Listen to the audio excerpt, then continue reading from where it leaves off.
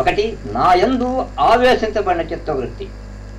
సామాన్యమైన చిత్తవృత్తి ప్రాపంచిక విషయాల నుండే ఆవేశించబడి ఉంటుంది. భగవంతుని యందు ఆవేశించబడిన చిత్తవృత్తి ఉంటేనే అది భక్తి అంటాము, లేకపోతే లేదు.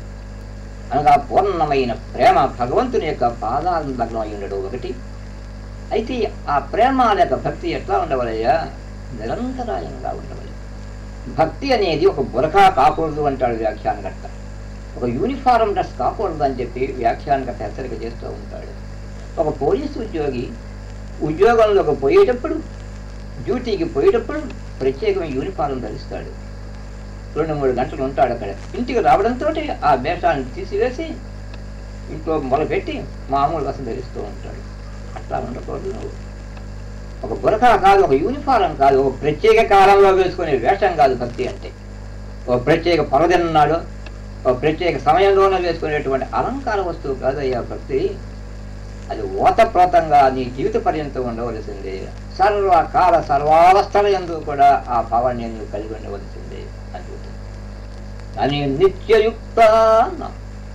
మూడవది పరమ పవిత్రమైనటువంటి శ్రద్ధ, పూర్ణమైనటువంటి విశ్వాసం.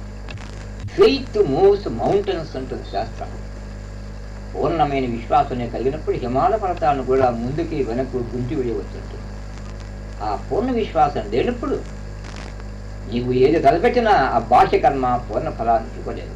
కనుక ఈ పుణ్యశ్లోకంలో గీతాచార్య శ్రీకృష్ణ పరమాత్మ భక్తి యొక్క 3 విధములైన గుణముల గురించి గానం చేసి తరువాత నిర్గుణ పరబ్రహ్మ యొక్క తత్వాన్ని గురించి చెప్తాను. నువ్వు నిర్గుణం అన్నావు కదా, నిరాకారం అన్నావు కదా, ఆ నిరాకార నిర్గుణం అంటే ఏమిటో చెబుతాను విను అని ప్రారంభం చేస్తాడు. ఏ త్వక్షరం అనిర్దేశ్యం అవ్యక్తం పర్యుపాసతి సర్వత్రగం అచింత్యం చ కూటస్థం అచలం ధ్రువం సన్నియమ్యేంద్రియగ్రామం సర్వత్రా సమబుద్ధయః తే ప్రాప్నువంతి మామేవ సర్వభూతహితే రతాః అంటూ 3-4 శ్లోకాలలో నిర్గుణ పరబ్రహ్మ యొక్క తత్వాన్ని గురించి, ఆ నిర్గుణ పరమాత్మను పొందడానికి ఏ సాధనలు అయితే అవసరమో ఆ 3 విధములైన సాధన విశేషాలను గురించి గీతాచార్యుడు మధురంగా గానం చేస్తున్నాడు.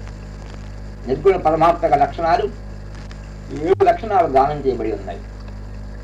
అనిర్దేశ్యము, అవ్యక్తము, సర్వత్రగము, అచించము, కూటస్థము, అచలము, ధ్రువము అని 7 లక్షణాలతో కూడుకుని ఉంటుంది నిర్గుణ పరబ్రహ్మ లక్షణం. అనిర్దేశ్యం అనగా నిర్దేశించడానికి వీలు ఏందయ్యా పరమాత్మ. యథా వాచో